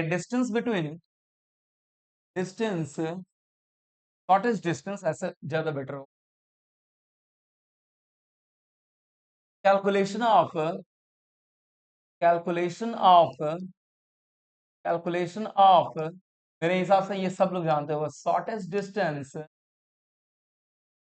डिस्टेंस बिटवीन टू पॉइंट्स। ठीक है, टू पॉइंट्स। आइए देखते हैं हम लोग। पहले तो मैंने लिया P2, ठीक है ना। उसके बाद मैंने कोई एग्जांपल और ले लिया 5 4, तो 5 और 4, ये हो गया 5 and 4। ठीक है। मेरे हिसाब से कोई दिक्कत नहीं। एक्स में कितना चले? ओरिजिन से अगर बात करूं, तो ओरिजिन से बात करूं तो यहां तक पहुंचने के लिए एक्स इज इक्वल टू कितना चले? 3 चले, और y इज इक्वल टू कितना चले? 2 चले। ठीक है। अगर यहां पहुंचने की बात करूं तो अलग कलर से यूटिलाइज करूंगा। Further x is equal to 5 चले, और y में एक, सॉरी,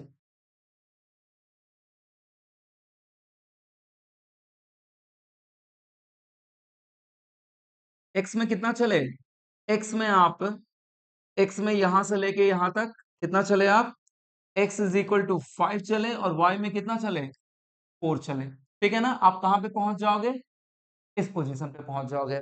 लेकिन थोड़ा ध्यान दीजिए, अगर कोई इंसान ऑलरेडी, इसे P1 नाम दे दिया, इसे P2 नाम दे दिया, ठीक है ना, ये O है। अगर कोई इंसान ऑलरेडी यहां पे है, तो इसे यहां पे पहुंचना है।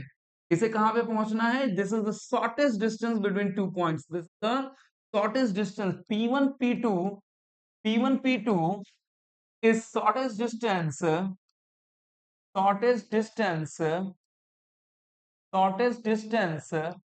Between two points. मेरे हिसाब से सब लोग जानते होंगे, बट आइए, कई ऐसे स्टूडेंट भी होंगे जिन्हें शायद नहीं पता होगा, तो वो भी देख लेते हैं हम। तो मैंने कहा कि 3 2 से आप कहाँ जा रहे हो? 5 4 पे जा रहे हो, ठीक है ना। और this is the shortest distance. ये शॉर्टेस्ट डिस्टेंस कैसे निकालेंगे? अगर यहां से यहां पहुंचना है, तो फर्दर, पहले से ऑलरेडी 3 चले हुए हो, 5 तक पहुंचना है, तो आपको एक्स एक्सिस में फर्दर कितना चलना पड़ेगा?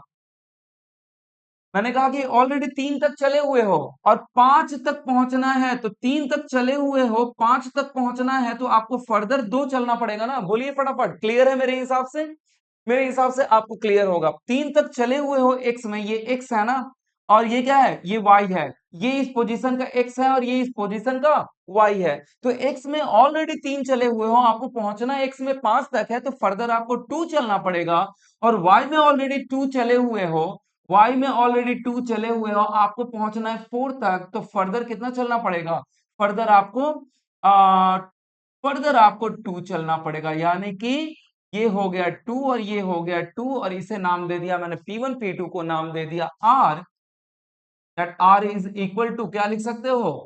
2 square plus 2 square which is nothing but root under 8। This is your answer.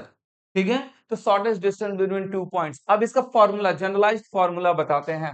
आइए देखते हैं हम जनरलाइज्ड फॉर्मूला। जनरलाइज्ड फॉर्मूला,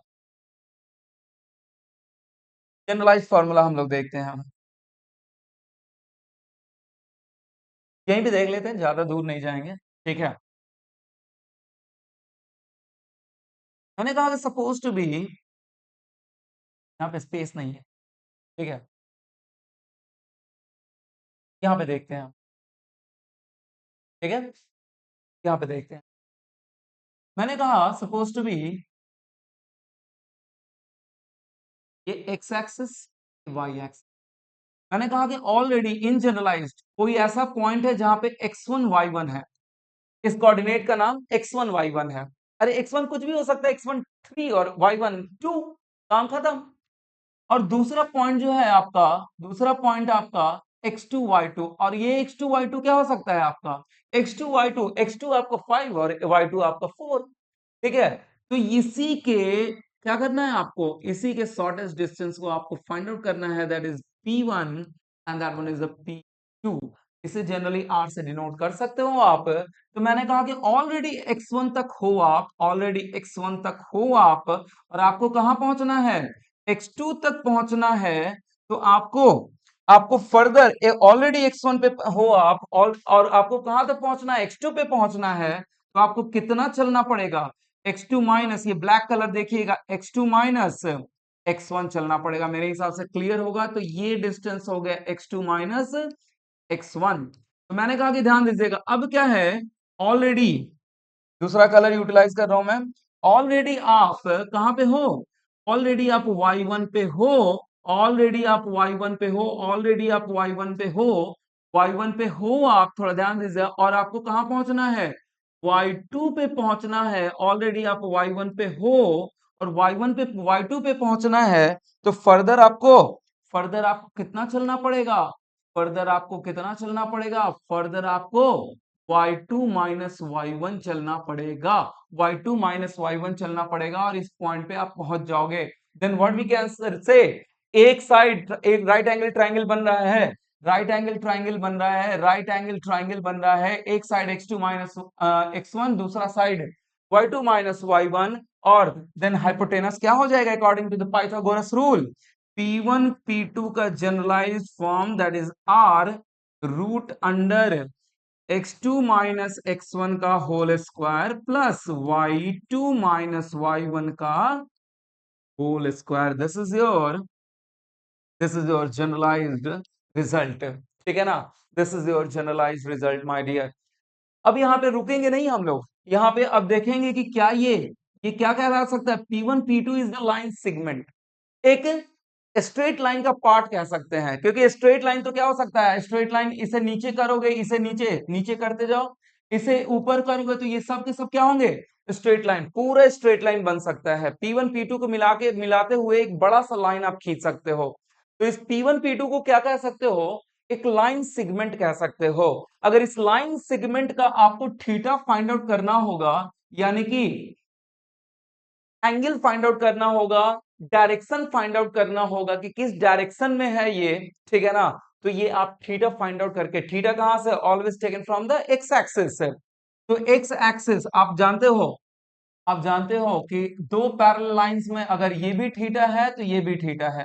तो एक्स एक्सिस का हो या हॉरिजॉन्टल लाइन का हो, there will be no problem. अगर एक्स एक्सिस यहाँ पे हॉरिजॉन्टल लाइन लिए हो तो हॉरिजॉन्टल लाइन से इसका, इसे मैंने कहा कि इसे बढ़ाया मैंने यहाँ पे, इसे बढ़ाया मैंने यहाँ पे, तो कहीं ना कहीं एक्स एक्सिस को कट करेगा, तो ये थीटा और ये थीटा दोनों के दोनों क्या होंगे, बराबर होंगे। ये P1 P2 is the line segment, बड़े से लाइन का एक टुकड़ा है, और वो लाइन P1 P2 को करते लेते हुए आगे तक बढ़ा सकते हैं। जब पीछे की तरफ बढ़ाएंगे तो कहीं ना कहीं एक्स एक्सिस को कट करेगा। देखिए एक्स एक्सिस को क्या कर रहा है, कट कर रहा है ना। एक्स एक्सिस को क्या कर रहा है, ये negative x axis x axis को कट कर रहा है। तो पैरेलल लाइंस का आप रूल जानते हो, पैरेलल लाइंस को एक स्लैंट लाइन कट करता है, तो ये थीटा और ये थीटा क्या होता है आपका, सेम होता है। देन व्हाट हैपन, ये थीटा और ये थीटा आपका सेम होगा, तो आप क्या फाइंड आउट कर सकते हैं, इस लाइन का डायरेक्शन फाइंड आउट कर सकते हो, इस लाइन का ओरिएंटेशन फाइंड आउट कर सकते हो, और जनरली और भी एक वर्ड कहा जाता है, इस लाइन का स्लोप फाइंड आउट कर सकते हो। क्या फाइंड आउट कर सकते हो, इस लाइन का स्लोप। स्लोप, और स्लोप जो होता है tan थीटा की मदद से डिनोट किया जाता है। थीटा tan थीटा की मदद से डिनोट किया जाता है। तो मैं कहीं ज्यादा दूर नहीं जाऊंगा लिखने के लिए, यहीं पे लिखूंगा। तो slope of, slope of, slope कह लो, ओरिएंटेशन कह लो, डायरेक्शन कह लो। स्लोप कह लो, ओरिएंटेशन कह लो, डायरेक्शन कह लो। स्लोप कह लो, ओरिएंटेशन कह लो, डायरेक्शन कह लो, कुछ भी कह लो, ठीक है। इसे एक नाम दिया जाता है slope of line, slope of line segment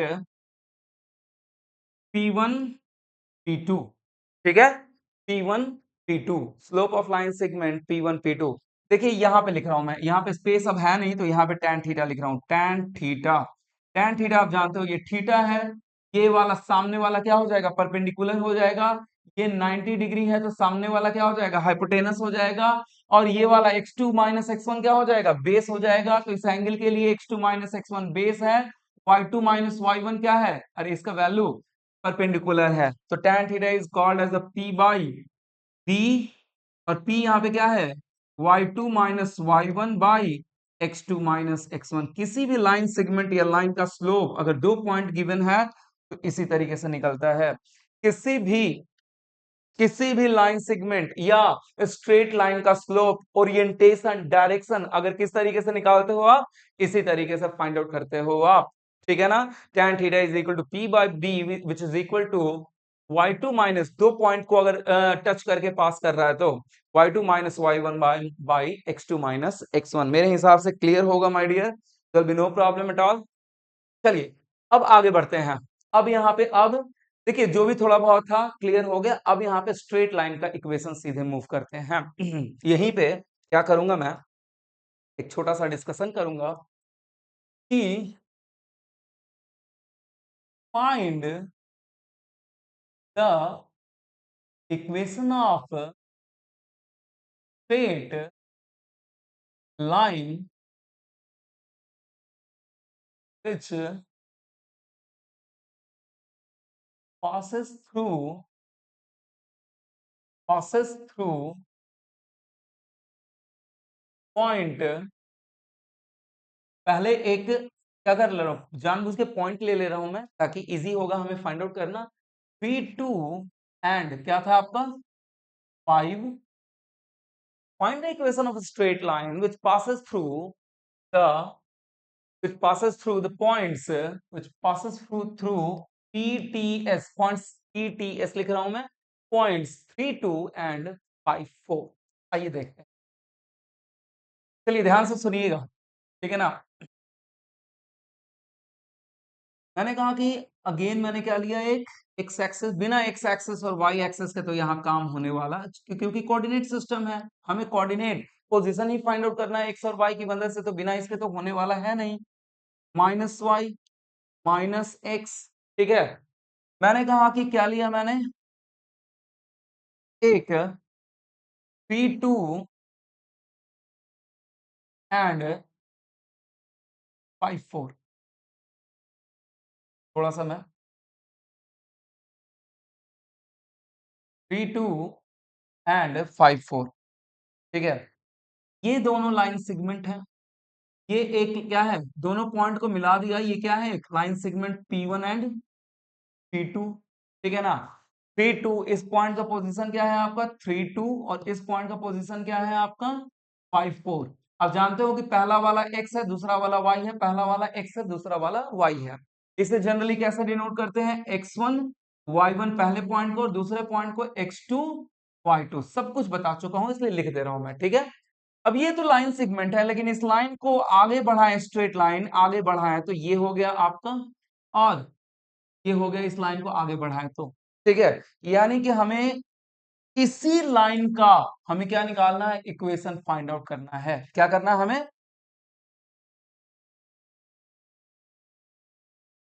इसी लाइन का इक्वेशन फाइंड आउट करना है माय डियर। इसी लाइन का क्या करना है हमें, इक्वेशन फाइंड आउट करना है। इक्वेशन फाइंड आउट करने का मतलब क्या होता है, what is that meaning. Equation find out करने का मतलब क्या होता है, ठीक है। इक्वेशन फाइंड आउट करने का मतलब क्या होता है कि अगर एक इंसान इस स्ट्रेट लाइन पे चलना शुरू किया, ध्यान से सुनो, अगर एक इंसान इस स्ट्रेट लाइन पे चलना शुरू किया किया तो जो भी एक्स और वाई चेंजेस हो रहे होंगे, अगर इन एक्स और वाई के पोजीशंस को, अगर उस इक्वेशन में, ध्यान से सुनना, अगर इस स्ट्रेट लाइन पे एक इंसान चलना शुरू किया तो इसके जितने भी पोजीशंस हैं, ठीक है ना, पोजीशन चेंज होगा, एक्स वाई चेंज होगा आपका, जितने भी पोजीशंस हैं, अगर उन पोजीशन एक्स के और वाई के वैल्यू को अगर इस इक्वेशन में पुट करते हैं तो लेफ्ट हैंड साइड और राइट हैंड साइड क्या होना चाहिए, इक्वल होना चाहिए। इस स्ट्रेट लाइन पे जितने भी पॉइंट एग्जिस्ट करेंगे, जितने भी पोजीशन एग्जिस्ट करेंगे, इनफाइनाइट पोजीशन एग्जिस्ट करेगा, और इन इनफाइनाइट पोजीशन इनफाइनाइट पॉइंट्स के लिए, इनफाइनाइट कोऑर्डिनेट्स के लिए जो इक्वेशन निकल के आएगा वो इक्वेशन क्या होगा, उसका लेफ्ट हैंड साइड और राइट हैंड साइड क्या होगा, इक्वल होगा। इसका मतलब ये सारे पॉइंट्स उस इक्वेशन को सेटिस्फाई करेंगे। इसका कहने का मतलब यही है कि ये सारे पॉइंट्स उस इक्वेशन को क्या करेंगे, सेटिस्फाई करेंगे। इक्वेशन का मतलब यही होता है, ठीक है ना, इक्वेशन का मतलब यही होता है। चलिए बढ़ते हैं हम आगे। तो in general in general equation of straight line जो दिया जाता है, in general equation of straight line जो दिया जाता है, y is equal to M X plus C. मैंने आपको बताया था जब फंक्शन पढ़ा रहा था तो y is equal to A x plus b बताया था, और स्ट्रेट लाइन के केस में x का मैक्सिमम पावर क्या था, 1 था, एक्स प्लस बी। लेकिन मैंने कहा कि कोऑर्डिनेट में इन जनरली a को m से रिप्लेस किया जाता है और b को c से रिप्लेस किया जाता है, इसलिए टेंशन मत लेना। स्ट्रेट लाइन इक्वेशन का जनरली कहीं भी यूटिलाइज किया जाता है तो जनरली एम एक्स प्लस सी ही लिखा जाता है। इस m को क्या कहते हैं, स्लोप।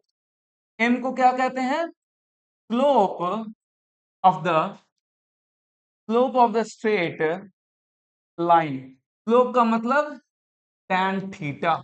अभी मैंने जो निकाला है पीछे पीछे जो मैंने फाइंड आउट किया है, यही tan थीटा क्या कहलाता है, स्लोप स्लोप स्लोप, ठीक है ना, slope of the straight line. And C क्या है, सी सी क्या है आपका, ये सी आपका कहलाता है, सी कहलाता है इंटरसेप्ट। क्या कहलाता है, इंटरसेप्ट। अभी बता रहा हूं मैं, C is called as intercept on y axis, taken from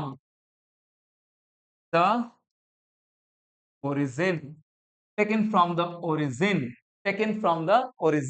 ठीक है ना। ये ओरिजिन से कहा ये लाइन y एक्सिस को कट कर रहा होगा, ये लाइन कहां पे y एक्सिस को कट कर रहा होगा ओरिजिन से, यही डिस्टेंस क्या कहलाता है, यही डिस्टेंस इंटरसेप्ट कहलाता है, सी कहलाता है, यही डिस्टेंस इंटरसेप्ट कहलाता है, सी कहलाता है माय डियर। हमेशा y एक्सिस पे ही सी मिलेगा। Intercept on y axis taken from the origin. यहाँ का जो पॉइंट होगा, इस पॉइंट पे y एक्सिस पे x हमेशा क्या होता है, जीरो होता है, इस पॉइंट को कहेंगे जीरो एंड सी। और इस पॉइंट जहां पे x एक्सिस को कट करता है, x एक्सिस पे y हमेशा जीरो होता है। तो इस पॉइंट के बारे में नहीं पता, इस पॉइंट के बारे में भी फाइंड आउट करेंगे, x and zero, x axis पे हमेशा y क्या होता है, जीरो होता है। तो इस पॉइंट का क्या हो जाएगा कोऑर्डिनेट आपका x, x का वैल्यू फाइंड आउट करेंगे, डोंट वरी टेंशन मत लेना। ये वाला आपका 0 एंड सी हो जाएगा, इसी को इंटरसेप्ट कहते हैं। y आपका c के बराबर है और इसे भी फाइंड आउट करेंगे, x को भी फाइंड आउट करेंगे। पहले हम इक्वेशन फाइंड आउट कर लेते हैं। एक बार इक्वेशन मिल जाएगा सब कुछ मिल जाएगा माय डियर, टेंशन मत लीजिए, ठीक है। तो अगर यहाँ पे y, वैसे भी समझ सकते हो, अगर यहाँ पे y 0 पुट कर दो, ठीक है, x 0 क्या करेगा, ये सेटिस्फाई करेगा ना। ये वाला पॉइंट इस स्ट्रेट लाइन पे है तो ऑब्वियस इस इक्वेशन को क्या करेगा, सेटिस्फाई करेगा। तो मैंने कहा कि ये वाला पॉइंट y अगर 0 पुट कर दोगे, y की जगह 0 पुट कर दोगे तो एम एक्स प्लस सी, तो x कितना हो जाएगा, x is equal to minus c by m हो जाएगा।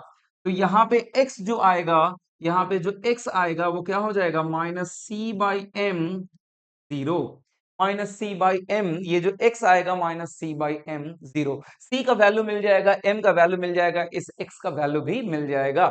तो मेरे हिसाब से कोई दिक्कत नहीं है यहां तक। आइए देखते हैं, मैंने कहा कि 2 पॉइंट से पास कर रहा है और यहाँ पे अननोन कितना, इक्वेशन फाइंड आउट करने के लिए m और c फाइंड आउट करना है, 2 अननोन है। हमेशा ध्यान रखिएगा माय डियर, प्रीवियसली आपने 2 वेरिएबल इक्वेशन पढ़े होंगे, ठीक है ना। Simultaneous equation, 2 variable simultaneous equation, 3 variable simultaneous equation पढ़े होंगे, ठीक है ना। तो साइमल्टेनियस इक्वेशन का मतलब ऐसे आपने पढ़ा होगा, बता दो मैं, x plus 2y plus z is equal to 0, x plus 3y plus 3z is equal to 1, x plus 5y plus z is equal to 2। कुछ इस तरीके से आपने पढ़ा होगा माय डियर। तो ये क्या होते हैं, साइमल्टेनियस इक्वेशन होते हैं और इनमें वेरिएबल्स कौन कौन से होते हैं, एक्स वाई अननोन कितने होते हैं, एक्स वाई जेड अननोन होते हैं। तो आप तीनों को साइमल्टेनियसली क्या कहते हो, करते हो, साइमल्टेनियसली सॉल्व करते हो, तीनों में कुछ मल्टीप्लिकेशन वगैरह सब्सट्रैक्शन एडिशन करके, तो आप एक्स वाई जेड का वैल्यू निकाल लेते हो। तो यहाँ पे भी y और x तो वेरिएबल ही रहेंगे क्योंकि y और x लगातार इस स्ट्रेट लाइन पे क्या हो रहे हैं, चेंज हो रहे हैं, तो ये टेंशन नहीं लेना है। लेकिन अननोन क्या है आपका, स्लोप और इंटरसेप्ट अननोन है। अगर ये दोनों मिल जाएगा तो इस इक्वेशन ऑफ स्ट्रेट लाइन मिल जाएगा। तो जितने नंबर ऑफ अननोन उतने number of equation, 3 x y z, अगर 3 नंबर ऑफ अननोन तो 3 इक्वेशन मिलता था, एक्स वाई 2 अननोन तो 2 इक्वेशन आपको मिलता था। हमेशा ध्यान रखिएगा। तो यहाँ पे भी 2 अननोन है तो हमें इन दोनों अननोन को फाइंड आउट करने के लिए 2 इक्वेशन चाहिए होगा और 2 इक्वेशन को फाइंड आउट करने के लिए हमारे पास 2 डेटा गिवन है। ये 3 2, ये 3 2 आपका इसी लाइन का पार्ट है और 5 4 भी इसी लाइन का पार्ट है, इसी लाइन पे लाई कर रहा है। तो मैंने कहा कि ये दोनों पॉइंट इसे क्या करेंगे, सेटिस्फाई करेंगे। सेटिस्फाई करने का मतलब left hand is equal to right hand side. तो ये दोनों पॉइंट को हम पुट करेंगे, ये दोनों पॉइंट को पुट करेंगे। तो सबसे पहले 3 2 के लिए देखते हैं। 3 2 के लिए x1 y1 3 2 है और हमारी इक्वेशन क्या है, y is equal to M X plus C. तो जब आपका x3 होगा तो y कितना मिलेगा, 2 मिलेगा। तो यहाँ पे y की जगह 2 पुट करोगे और x की जगह क्या पुट करोगे, 3 पुट करोगे एंड c, तो 3m प्लस सी हो जाएगा, 3m प्लस सी हो जाएगा। अब x2 y2 ये हो गया आपका एक इक्वेशन और x2 y2 की अगर बात करें, x2 y2 क्या है आपका 5 एंड 4 है। तो यानी कि अगर x 5 पुट करोगे तो y कितना मिलेगा, 4 मिलेगा। इंडिपेंडेंट वेरिएबल और डिपेंडेंट वेरिएबल मेरे हिसाब से याद होगा, फंक्शन याद होगा कि x जो पुट करोगे उसके अकॉर्डिंग y चेंज होगा। अगर x का वैल्यू 5 पुट करते हो तो y कितना मिलेगा, 4 मिलेगा। दैट इज, तो y की जगह अगर 4 पुट करोगे तो x की जगह कितना पुट करना का पड़ेगा, 5 plus c।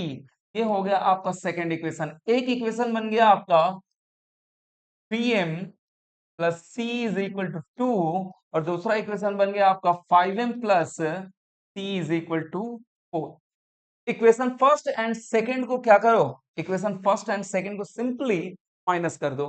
Equation first and second को सिंपली माइनस 1 माइनस 2, सी और सी क्या हो जाएगा, कैंसिल आउट हो जाएगा। 3m minus 5m, 3 minus 5m is equal to minus 2m and 2 minus 4 is equal to simply 2।